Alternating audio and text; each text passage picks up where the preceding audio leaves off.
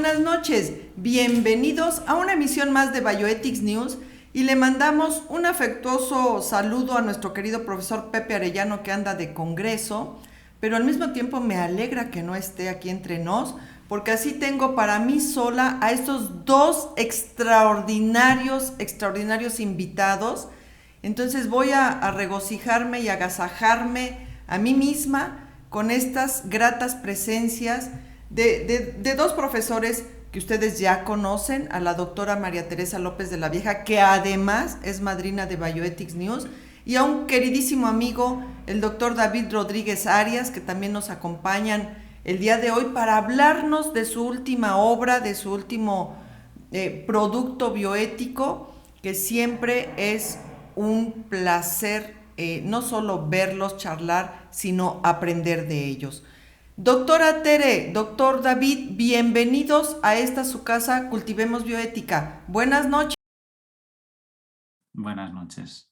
Buenas noches y muchísimas gracias. Bien, pues vamos a comenzar en aras del tiempo. Y a mí me gustaría que, de verdad, por favor, manzanita palito, por mi ignorancia más que por otra cosa, que nos expliquen, que comencemos con una explicación del título, porque el título ya de entrada llama poderosamente la atención. Bioética traslacional. ¿A qué apela esto de traslacional, doctora Tere? Qué bien que le gustó el título. Ya sabe que en el ámbito de la investigación biomédica se lleva hablando décadas de traslacional. Y bueno, la idea es también de trasladar lo que es el resultado de la investigación a terapias que sirvan para los pacientes, es decir, del laboratorio al paciente. O sea, esta es la idea estándar de traslacional. Solamente después, digamos que hace apenas unos años, se ha empezado a hablar también de ética traslacional y bioética traslacional. Pero, ¿qué es lo que ha pasado? Pues ha pasado que no se ha explorado todavía la otra línea que contiene la idea de traslacional en investigación y en ética y en bioética. Y es que además de ese itinerario que va del laboratorio al paciente, también en principio estaba previsto que hubiese el camino de vuelta, el itinerario del paciente al laboratorio. Es decir, cómo se devuelve desde las prácticas en el ámbito clínico y con la experiencia de los pacientes, cómo se devuelven los mensajes para que la investigación cambie de signo.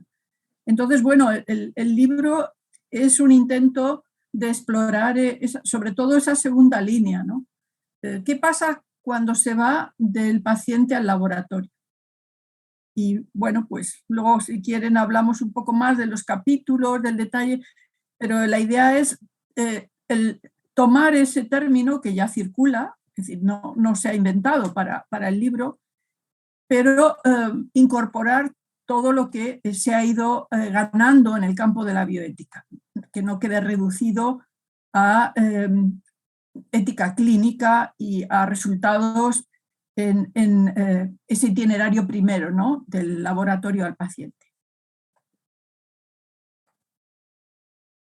Y que es todo un tema, es todo un fenómeno que tiene muchísimas implicaciones, porque dicho coloquialmente aquí en México sería del dicho al hecho hay mucho trecho. Entonces, aquí es efectivamente del laboratorio hasta el paciente hay mucho recorrido y muchos pasos en ese proceso que tienen sus implicaciones éticas, económicas, científicas, y que muchas veces hemos tenido casos como aquel legendario caso de la talidomida, donde ciertos pasos no fueron bien manejados y causaron pues el fenómeno de los famosos niños talidomida que nacían sin brazos y sin piernas por una falla en los ensayos clínicos. Entonces, y que ahí entraría también pues muchos cuestionamientos actuales, los paraísos. Quiero entender que también se contempló esta cuestión de los paraísos de investigación, donde se puede ir a otras latitudes para poder saltarse pasos. Y a mí me parece un título bastante afortunado, acorde a los tiempos, porque hasta donde lo acabamos de ver en vivo, este fenómeno de bioética translacional con la vacuna justo para COVID o COVID SARS-CoV-2, ¿no? Cómo se hizo este proceso translacional justo del laboratorio a el paciente en materia de vacunación. David, ¿qué nos puedes decir al respecto? Bueno, muy de acuerdo con tu apreciación, doctora Netza, con que el título es muy afortunado, Teresa López de la Vega tiene la capacidad de leer los tiempos de la disciplina de la bioética, y la verdad es que es muy sugerente el término, porque por un lado es una metáfora de lo que es la actividad, la tarea de la bioética, consistente en llevar las ideas en su estado más abstracto, un poco lo mismo que hace la ciencia fundamental. Has mencionado el caso de la talidomida, el problema que hubo de trasladar los conocimientos desde la ciencia básica y la experimentación animal al caso de la clínica, ¿no? Y la bioética hace eso, pasar de las ideas a los casos y de vuelta cómo los casos, el análisis de los casos, la exploración de los aspectos que tienen en común esos casos, de las reflexiones a las que conducen, pueden iluminar la teoría y la fundamentación, ¿no? En cierto sentido, la denominación de bioética translacional es una forma de superar dos tradiciones en los métodos de la bioética, que es el principialismo y la casuística, que a veces se han considerado contrapuestos, y que en cierto sentido pues, integra en una sola concepción pues, tanto la dimensión inductiva como la deductiva del principialismo, ¿no? La inductiva del casuismo y la deductiva del principialismo, ¿no? Esto es como la dimensión metafórica de la denominación bioética translacional. Y luego, bueno, pues como bien mencionas, hay una microbioética translacional, que es la de la ética de la investigación biomédica en esa frontera cada vez más bidireccional que se da entre la investigación y la clínica. Cada vez más bidireccional porque, como bien has señalado, los pacientes son al mismo tiempo sujetos de investigación, porque la investigación muchas veces se realiza sobre los datos que se recogen de pacientes sin que haya necesariamente intervenciones. Esto sucede cada vez más en genómica. Y ahora mismo se da la paradoja fascinante, por otro lado, en bioética, de que hay personas en ensayos clínicos sobre vacunas que cuando la vacuna ya es prácticamente una terapia, una prevención, ¿no? Pero está validada y sin embargo todavía sigue habiendo sujetos sobre los que se sigue investigando, se sigue observando su evolución. Entonces, no está clara esa distinción que tradicionalmente se hacía entre la investigación y la clínica, porque los sujetos de investigación muchas veces son pacientes. Esto ya lleva existiendo desde que existen los ensayos clínicos en fases 2 y 3, pero cada vez más está sucediendo que pacientes en sus consultas rutinarias clínicas, sus datos están contribuyendo a una forma de medicina basada en datos masivos, en la genómica, en la inteligencia artificial, y esto es una novedad para la medicina que tiene implicaciones para la bioética. Excelente. Doctora Tere. Sí, perdón. ¿Qué? Nada. Doctora Tere, si nos puede platicar un poquito, usted como coordinadora de de esta obra. ¿Qué contenido, yo como lector, qué contenido puedo esperar? ¿Qué autores participaron? ¿Qué capítulos se contemplaron para que nuestra audiencia pues vea que vale la pena acercarse a esta obra y que el contenido pues es justo esto, el ir ahondando en estos fenómenos, el ir reflexionando sobre estos fenómenos que de muchas formas los tenemos a flor de piel, de pronto los tenemos en palma de nariz, pero que no los vemos en toda su extensión y profundidad. Doctora Tere. Gracias. Bueno, yo antes solamente quería decir que estoy absolutamente de acuerdo con el ejemplo que has planteado y con la explicación que ha dado David, porque el reto era este, ¿no? Y el libro responde o trata de responder a estos dos niveles, ¿no? Tiene una primera parte donde se hace pues un balance general de cómo se ha usado lo traslacional y cuáles serían las posibilidades que ofrece. Y en esta primera parte, además de lo que yo he podido decir, ahí cuento con dos especialistas magníficos, como es la propuesta de la doctora Sagols, que le ha añadido esa perspectiva ambiental, porque tiene un capítulo sobre el cambio climático en relación a lo que es la bioética traslacional. Está también la aportación de Isabel Roldán, que es una joven profesora investigadora, que además llama la atención sobre esos aspectos de tipo cultural, porque cuando se va del laboratorio al paciente hay que prestar atención a no solamente cuestiones de tipo técnico, sino ahí están las diferencias de lengua, tradición, procedencia, etcétera, ¿no? Y tienen un papel sustantivo a la hora de hacer que efectivamente ese resultado de la investigación llegue a los pacientes o no. Y el marco, además el marco en el que se está haciendo en estos momentos investigación y se está llevando el resultado de la investigación a la práctica clínica, pues es un marco que son ni más ni menos que las instituciones. Y no hay que olvidar que las instituciones tienen sus propias reglas de funcionamiento que pueden ser de ayuda o, por lo tanto, interferir en ese itinerario del laboratorio al paciente.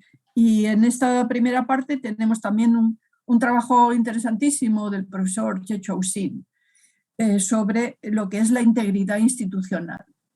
Entonces, estos son los capítulos, digamos, introductorios que plantean estas líneas abiertas. Pero claro, ¿el reto dónde está? ¿Dónde está esa intersección entre lo que va del laboratorio a lo que llega a los pacientes? Pues son prácticas concretas, son situaciones muy específicas.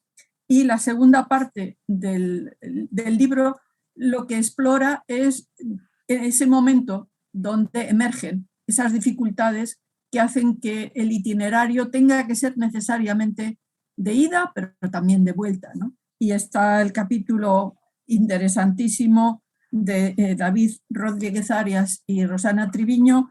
Hay también una aportación del profesor de la Case Western University, que es Mara Olisio, y su colaboradora, María Lapinski. Y hay además otras aportaciones que ven esas coyunturas donde emergen las preguntas y donde se ve, por decirlo así, los nudos en los que se puede trabar o pueden hacer más fluido ese traslado del laboratorio al paciente. Por ejemplo, pues el trabajo de la doctora Calvo Sánchez de la Universidad de Salamanca, que se ha fijado en lo que pasó durante el estado de alarma de la pandemia, o la evaluación de las técnicas en la investigación en salud, que es un trabajo de la doctora Janet Delgado, y no podía faltar, por lo menos en los textos en los que yo trabajo, no podía faltar un capítulo dedicado a la perspectiva de género, ¿no? Y qué ha pasado durante la pandemia y cómo se ha abordado o no se ha abordado la perspectiva de género, pues es el trabajo que ha realizado la doctora Sara Martín Bardera. Yo creo que el libro podría haber continuado porque estas prácticas que aparecen tratadas en el libro no son las únicas, hay más situaciones en las cuales se ve que efectivamente, además de la eficiencia que se busca en la investigación translacional, efectivamente haya resultados en términos de terapias o tratamientos, pues emergen esas otras cuestiones que tienen que ver con los condicionantes sociales, ni más ni menos que con los condicionantes sociales, y entender que lo translacional puede quedarse en la primera parte solamente en esa eficiencia de resultados y no considerar cómo intervienen esos condicionantes, pues de algún modo empobrece las posibilidades, que obviamente son muchas, de la bioética translacional y de la bioética en su conjunto, ¿no? Y bueno, solo podría añadir que yo por mi parte estoy encantada de la colaboración de tantos especialistas en el volumen, y también estoy encantada con el trabajo que ha hecho la editorial, que ha sido un trabajo de mucho detalle, de mucho cuidado, de un seguimiento muy, muy cercano. Entonces, el volumen, ¿qué voy a decir? Me encantaría que gustase a las personas que son lectores o lectoras de bioética, pero para mí ha sido una experiencia realmente muy positiva y bueno, yo animaría a que se acercasen al libro, pero pensando también que detrás pues, hay un trabajo muy comprometido con la bioética y también muy comprometido con las novedades que hay que explorar en el ámbito de la bioética. Hablamos de bioética global, de bioética feminista. Bueno, hablar de bioética translacional no es complicar el panorama de la bioética, es sencillamente intentar ir al paso de las novedades que se están produciendo en la investigación. Eso por mi parte. Pues por lo que me platica, doctora Tere, me parece que ya de entrada es una lectura obligada para cualquier miembro de comité de ética de la investigación. Así que aquí hago un acucioso llamado a todos los biocultores que son miembros de comités de ética de la investigación, a que por favor se acerquen a esta obra coordinada por la doctora Teresa López de la Vieja, Bioética Translacional, editada, veo que está Dilemata ahí, entonces, ¿cómo se llama? Ya con eso es toda una garantía, y el contenido que ahorita a grosso modo nos ilustró, pues nos deja ver el estado del arte en el que en este momento debemos abrevar con respecto a ética de la investigación, ética clínica también, y estar no solo abrevando y reflexionando, sino también viendo con sentido crítico este fenómeno que, si bien dicho la pandemia agudizó, sigue con muchas otras situaciones de la cuestión del laboratorio hacia el paciente, pero que a mí me gustó, o sea, me parece ahí crucial el sentido que la doctora plantea de unida, o sea, el laboratorio hacia el paciente o hacia el sujeto, y luego una regresada del sujeto de investigación o del paciente hacia el laboratorio. Esta regresada, o sea, este camino de regreso, ¿en qué sentido lo conceptualizaron? David, no sé si tú nos puedas abrevar al respecto.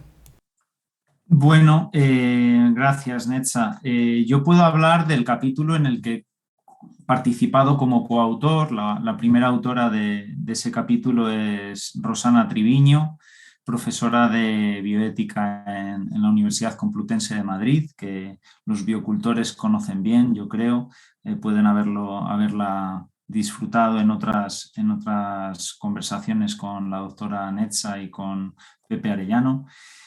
El capítulo que hemos escrito nosotros es sobre un tema realmente sobre el que sabe muchísimo más Rosana que yo, porque hizo, entre otras cosas, porque hizo sobre ese tema su tesis doctoral. Se trata de una preocupación, una pregunta de ética clínica que es muy familiar en la bioética. Se refiere concretamente a la objeción de conciencia. La objeción de conciencia aplicada a los únicos dos aspectos o dimensiones de la práctica clínica en la que tiene algún tipo de desarrollo jurídico en España, que son las prácticas de la interrupción voluntaria del embarazo y la más recientemente aprobada ley de prestación de ayuda para morir, la eutanasia. Entonces, nosotros básicamente lo que hemos analizado para responderte, Netza, es cómo esas leyes que están concebidas para, con una cierta fundamentación, con una cierta lógica y una cierta racionalidad jurídica y bioética, para que ese derecho que tienen los profesionales a no llevar a cabo ciertas obligaciones que por defecto les impone la realización, bueno, el cumplimiento de los derechos de los pacientes y los usuarios, las personas, que ese incumplimiento de ese deber no afecte negativamente al derecho a la prestación que tienen los usuarios y usuarias. Concretamente, bueno, la ley, por ejemplo, de la eutanasia prevé una serie de requisitos para el ejercicio de la objeción de conciencia que tienen su fundamento en la literatura bioética. Por ejemplo, el hecho de que la objeción de conciencia se ejerza de manera estrictamente individual, justificada y que eso quede reflejado en un registro de objetores para que las organizaciones sanitarias, las instituciones, puedan derivar esos pacientes que piden una eutanasia a otros profesionales que sí estarían dispuestos a hacer esa prestación. Entonces, eso que teóricamente es impecable, porque se preserva de forma óptima tanto el derecho de los profesionales a no realizar eutanasias como el derecho de los usuarios a recibir la prestación a la que ya tienen derecho positivo, pues en la práctica no funciona, pues porque hay pseudoobjeciones, porque hay personas que no se registran, porque hay objeciones sobrevenidas a la eutanasia y porque hay formas a veces que también pueden ser formas de boicotear colectivamente un derecho contra el que los profesionales pueden sentirse y manifestarse, ¿no?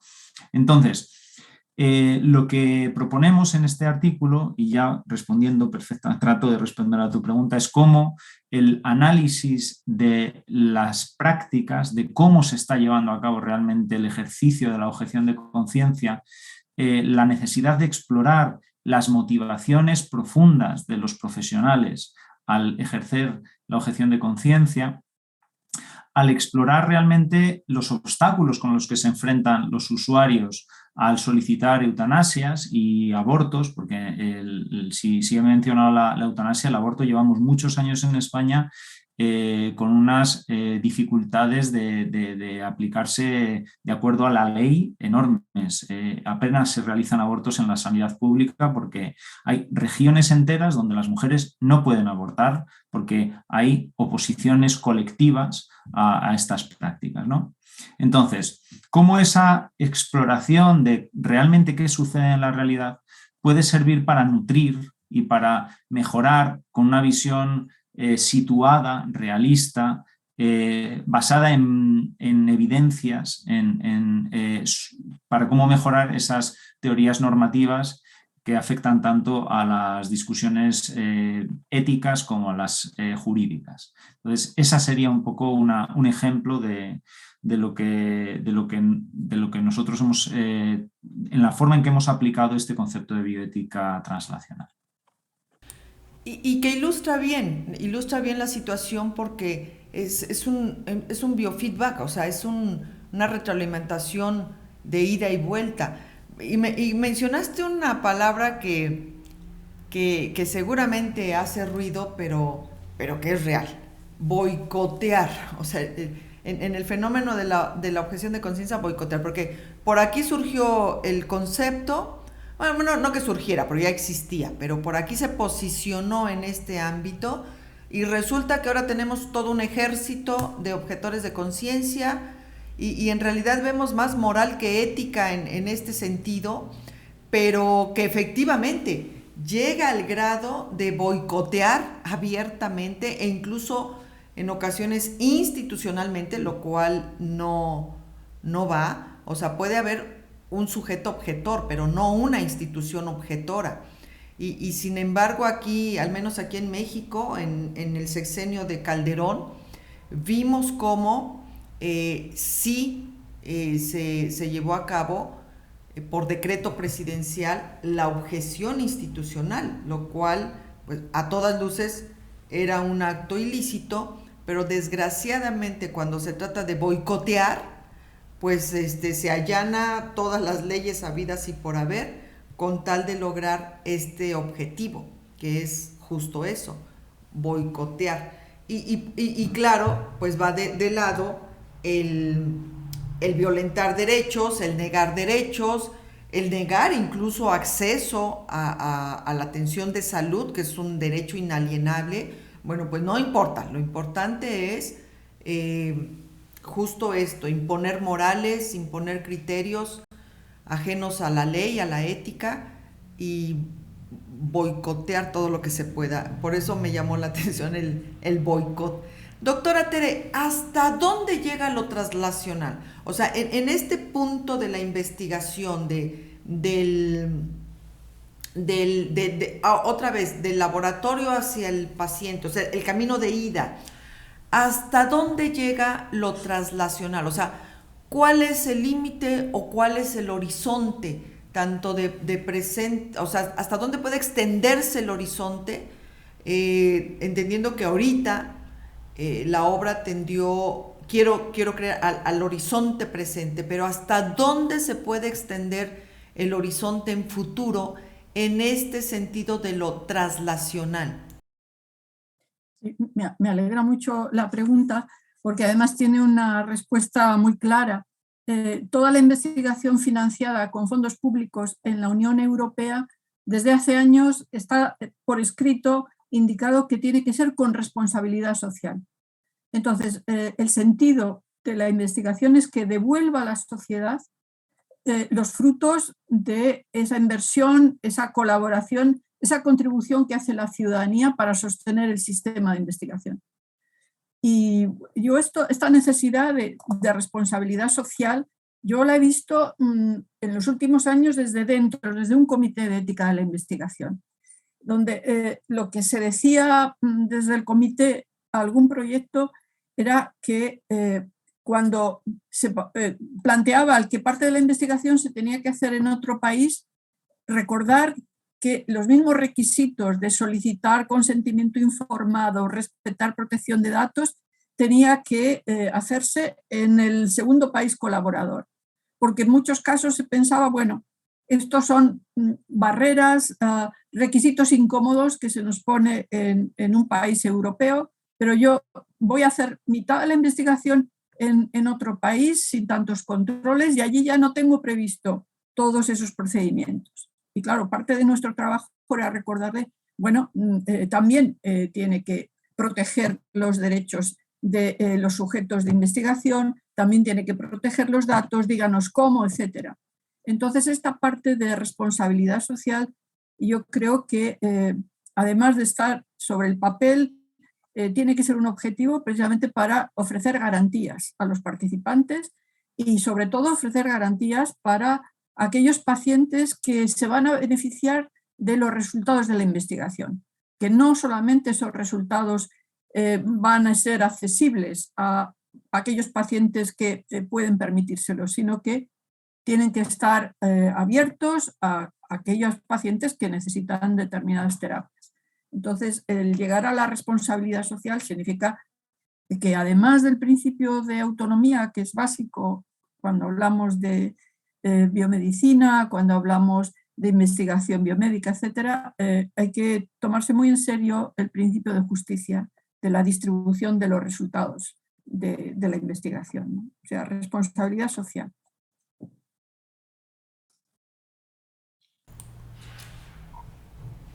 Excelente. Ahora, el libro ahonda en los riesgos, en alguna advertencia que debemos observar como sociedad, como bioeticistas, como biocultores, como miembros de la comunidad científica, porque finalmente siempre se aboga con que la investigación no debe tener límites, debe haber libertad de exploración, libertad de investigación, libertad científica, pero siempre que se toca este ámbito, siempre entra esta cuestión latente, permanente, de si todo lo posible es ético o si todo lo permitido es ético o si debe haber alguna acotación o límite justo para evitar daños innecesarios, pero al mismo tiempo sabemos que los investigadores, los científicos de pronto son como niños golosos, donde si los dejan hacer, pues ellos hacen y se van derecho. Y a veces no se vislumbran bien estas líneas de riesgo, estas líneas de advertencia, estos límites que de pronto se deben acotar para evitar daños desproporcionados o innecesarios y sobre todo para dar justo esta certeza social de que la investigación siempre el fin último es justo lo que acaba de mencionar doctora Tere, el representar un bien social, el representar un bien a la humanidad, como sucedió ahorita con la vacuna para el COVID. Es decir, se utilizaron técnicas previas, se hicieron algunas técnicas innovadoras, pero la certeza social pues realmente adoleció y literal partió a la humanidad entre los vacunados y los no vacunados, justo por la forma en que se manejó, la forma en que se manejó este camino traslacional, esta ruta traslacional con respecto a en este caso concreto de la vacunación para COVID. Entonces, ¿qué advertencias, qué líneas de sentido crítico se plantean ante este fenómeno? Doctora Tere. Bueno, en el libro hay estas dos partes que mencionábamos. En la primera parte sí que se plantean en términos del deber ser, ¿no? Hacia dónde debería orientarse la investigación translacional y, bueno, pues se plantea lo que acabamos de decir, la importancia de la integridad en el sistema institucional y también la consideración de los aspectos ambientales, pero en términos generales del deber ser. Luego los otros capítulos que se centran en prácticas concretas hacen ese análisis por una parte crítico, pero por otra parte sí que se hacen algún tipo de propuestas, pero más en el marco de esa práctica concreta que cada autor o cada artículo considera. De todas maneras, también he de decir que por mi parte, cuando he podido ser editora y he intentado recoger artículos de distintos autores para tener como resultado un volumen, intento que el mensaje no sea tan directo de hay que hacer esto en términos más específicos o advertir, sino exponer la situación, decir, hay un marco normativo, hay un tipo de principios y los lectores deberían sacar consecuencias, pero a ver qué opinan los lectores, ¿no? Exactamente como debe de ser la bioética, debe ser una invitación es un camino de información, educación e invitación a la reflexión. Y queda en nosotros justo ese último ejercicio. Biocultores, por favor, independientemente de que estén en un comité de ética de la investigación, es una lectura obligada para justo reafirmar esta educación bioética que ya se vuelve autodidacta para los que ya no estamos en el ámbito académico, y aunque estemos en tenemos que estarnos cultivando permanentemente, abrevando de los mejores, y en este sentido esta obra se vuelve referencia, y para los que están en comités de ética de la investigación se vuelve lectura obligada. Biocultores, bioética translacional, teniendo a la doctora la doctora María Teresa López de la Vieja como editora, y a toda esta pleyade de investigadores, de bioeticistas, como autores, que ya nos los nombraron, Cheshu, la doctora Lisbeth, David, Rosana, todos familia y todos conocidos por ustedes aquí a través de Bioethics News. Entonces, la calidad está garantizada, seguramente la profundidad de los textos está a más no pedir, y finalmente todo un placer leer a estos autores que siempre nos ofrecen lo mejor de ellos. Entonces, invitados están biocultores a acercarse a esta obra editada por Plaza y Valdés, y que seguramente está ya ahí accesible en las librerías que todos conocemos, y que no les damos propaganda porque ya saben por qué, pero que están al alcance de la mano. Por favor, biocultores, bioética traslacional. Yo, a tono personal, invito al Comité de Ética de la Investigación al cual pertenezco que hagamos una sesión privada con el motivo de discutir y comentar esta obra para poder ahondar justo en este conocimiento y fortalecer también nuestra propia preparación para, pues, enfrentar lo que se nos venga encima. Pues tristemente se nos acabó el tiempo, y yo no entiendo por qué cuando tengo esta calidad de invitados a mí se me va como un suspiro, y a pesar de hoy estar aquí sola, pues disfrutándolos, aún así se me fue muy rápido, pero se nos acabó el tiempo. Pero una última intervención, David, en esta cuestión justo de que comentaste la objeción de conciencia. Quiero exprimirte un poquito más, porque es un tema que por supuesto le pega al profesional de la salud de frente. Es una situación que ahorita tenemos muy a flor de piel, y que genera mucho conflicto, incluso personal, muchas dudas en las cuestiones, sobre todo por las implicaciones legales y éticas, porque como me dicen muchos biocultores, dice, no quiero actuar mal, pero tampoco me siento capaz de hacer algo para lo cual pues no estoy preparado, ni siquiera psicológicamente. A lo mejor médicamente, técnicamente sí lo puedo hacer, pero algo de mí se siente afectado, pero tampoco quiero dañar a los pacientes, tampoco quiero ser antiprofesional, no quiero cometer una falta ética, pero tampoco quiero hacerlo.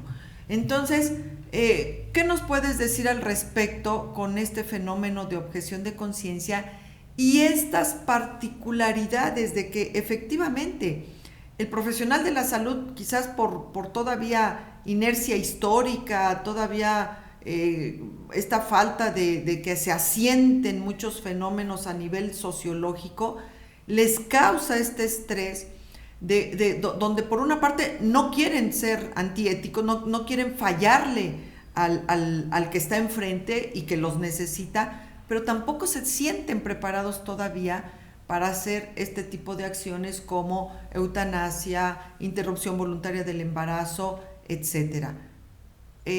David, por poco y te digo Pepe. David.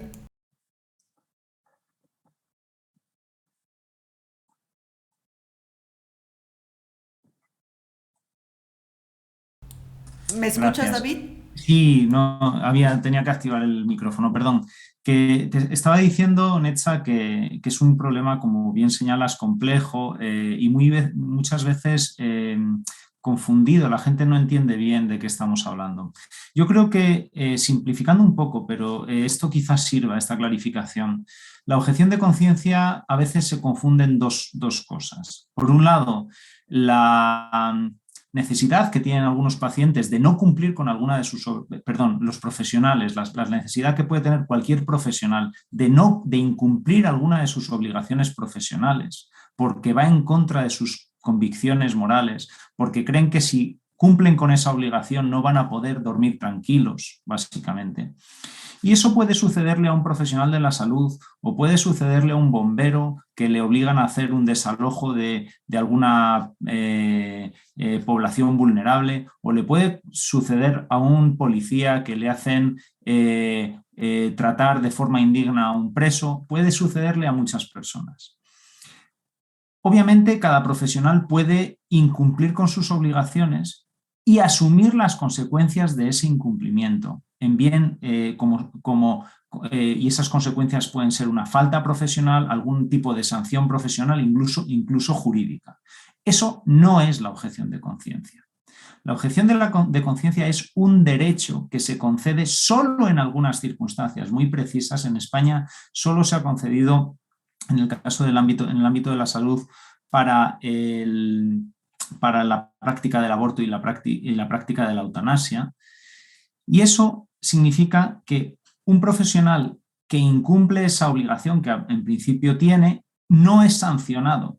O sea, eso es una especie como de consideración que tiene el Estado de Derecho para reconocer que ciertas prácticas que pueden resultar particularmente disruptivas puedan omitirse sin incumplir las obligaciones profesionales y sin tener ninguna consecuencia. Ahora bien, esto es fundamental.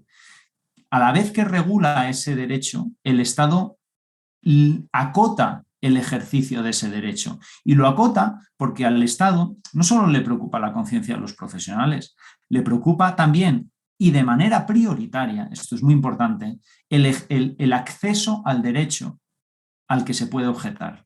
Concretamente, el derecho al acceso a la eutanasia y el derecho al acceso al aborto. Por este motivo, el Estado exige de todos los objetores que lo digan de forma anticipada y de forma registrándose. Y deja en las espaldas, en la responsabilidad de las administraciones, el asegurar que las personas que tienen ese derecho puedan acceder a él. Si alguien tiene una objeción de conciencia no reconocida jurídicamente, es decir, si alguna persona objeta por razones morales a alguna obligación, para eso tiene otros muchos mecanismos: el activismo, la involucración política, las expresiones públicas a través de los medios de comunicación, de las redes. Hay muchas formas de combatir políticamente en una sociedad democrática ideas que no compartes. Y las sociedades son pluralistas y hay mecanismos para hacerlo. La objeción de conciencia es una cosa muy, muy restringida en términos jurídicos. Y esto, desgraciadamente, se malentiende y se utiliza políticamente, cuando en realidad para lo que está concebida la objeción de conciencia es para hacer conciliables dos intereses. Y es lamentable que así suceda. Muy bien, pues ahí está. Te agradezco mucho tu participación, David. Y pues, queridos profesores, se nos acabó el tiempo, pero de verdad un placer haberlos tenido aquí. Muchísimas gracias por su generosidad y sobre todo por este esfuerzo, de verdad, esta entrega que ustedes hacen al ofrecernos este tipo de obras que no podemos más que agradecer, porque es la forma en que nosotros vamos creciendo, vamos aprendiendo y vamos enfrentando y acercándonos a los fenómenos con otras herramientas. Doctora María Teresa López de la Vieja, de verdad un abrazo, una gratitud infinita que hoy nos acompañe. Gracias por su tiempo. David, también, de verdad, no hay forma de agradecerles que estén hoy con nosotros y nos dejan este pendiente enorme de acercarnos a esta obra, leerla y después, obvio, no solo que sea una lectura superficial ahí como que de compromiso de ya, no, sino Biocultores es leerlo, interiorizarlo y después tomar todo lo que de ahí sea aplicable a nuestra realidad inmediata. Es la forma en que no solo le hacemos justicia a estos grandes autores, sino también es la forma en que hacemos crecer y fortalecer a la bioética. Nos despedimos, doctora Tere, por favor. Bueno, yo quiero agradecer esta ocasión, doctora, y saludar a todas aquellas personas que se acercan a Cultivemos Bioética, que es, por otra parte, una plataforma magnífica y que ha ido creciendo en cantidad y en calidad. Entonces, gracias por la ocasión para presentar el libro, pero gracias también por seguir tan activos en Cultivemos Bioética. Muchos saludos. Muchísimas gracias. David, nos despedimos, por favor. Pues, ¿qué más decir de lo que ha dicho ya Teresa? Yo siento muchísimo agradecimiento también por la generosidad que tenéis en México de escucharnos a lo que hacemos en España. Para nosotros es una enorme oportunidad de darnos a conocer, de compartir también conocimientos y recibir todo vuestro apoyo, haber conocido también lo que estáis haciendo allí.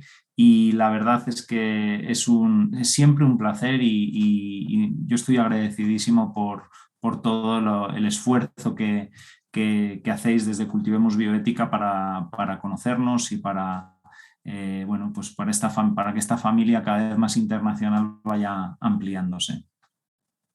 Muy bien, pues muchísimas gracias por sus cálidas palabras. Y biocultores, nos despedimos. Esto fue Bioethics News.